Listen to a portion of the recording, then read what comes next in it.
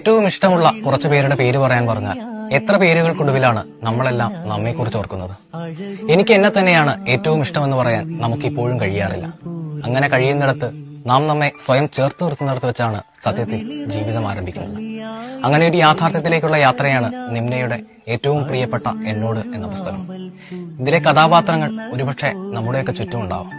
അവർ കടന്നു പോകുന്ന മാനസികാവസ്ഥയിലൂടെയൊക്കെ എപ്പോഴെങ്കിലും നമ്മളും കടന്നുപോയിട്ടുണ്ട്. വീടായി മാറുന്ന ചില മനുഷ്യരുണ്ട്. സന്തോഷങ്ങൾക്കും സങ്കടങ്ങൾക്കും വഴക്കുകൾക്കുമൊക്കെ ഒടുവിൽ നമുക്ക് നമ്മളായിരിക്കാൻ കഴിയുന്ന ചിലയിടങ്ങൾ.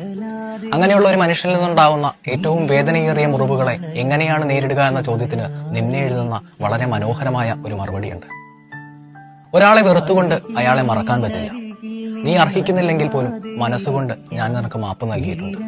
എനിക്ക് വേണ്ടി എനിക്ക് മുന്നോട്ട് നടന്നേ മതിയാകും. വെറുത്തുകൊണ്ടല്ല, പുതിയ തീരുമാനങ്ങളിലൂടെ കാഴ്ചപ്പാടുകളിലൂടെ നമുക്കെല്ലാവർക്കും മുന്നോട്ട് നടന്നേ മതിയാവും.